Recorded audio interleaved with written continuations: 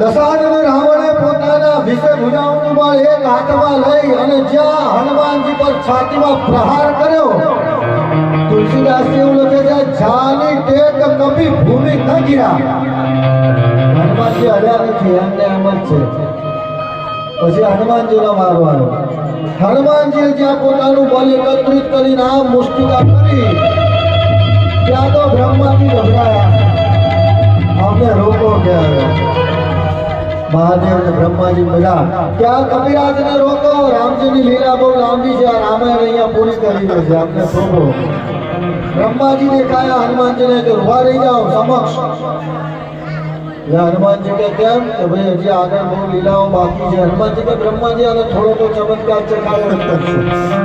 એટલે દશાંશ અંદર લખી દો, દશાંશ 100% જે બળ હતું અને 10મો ભાગ હનુમાનજીએ પ્રહાર કર્યો. રાવણની છાતી પર મુષ્ટિકાનો પ્રહાર થયો. રાવણને એવું લાગ્યું કે ગિરિરાજ તો વજ્રસો માર્યો. ગિરિરાજ હિમાલય ઉપર જાણે ઇન્દ્રના વજ્રનો પાક થયો હોય એટલો બધો પ્રહાર રાવણને લાગ્યો. આંખે અંધારા અને રાવણ મૂર્છિત.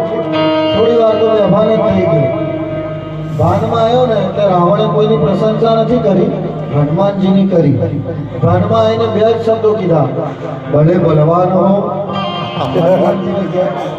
તુલસીદાસજી લખે છે, કપિ બલ વિપુલ સરાહન લાગા. અમારા ઘરનું આમાં કઈ નથી પ્રભુ, આ શાસ્ત્રોમાં લખ્યું. તુલસીદાસજીએ લખ્યું, કપિ બલ વિપુલ સરાહન લાગા. રાવણે કોઈની પ્રશંસા નથી કરી, હનુમાનજીની કરવી પડી, કારણ કે બેભાન થઈ ગયો એક પ્રહારમાં.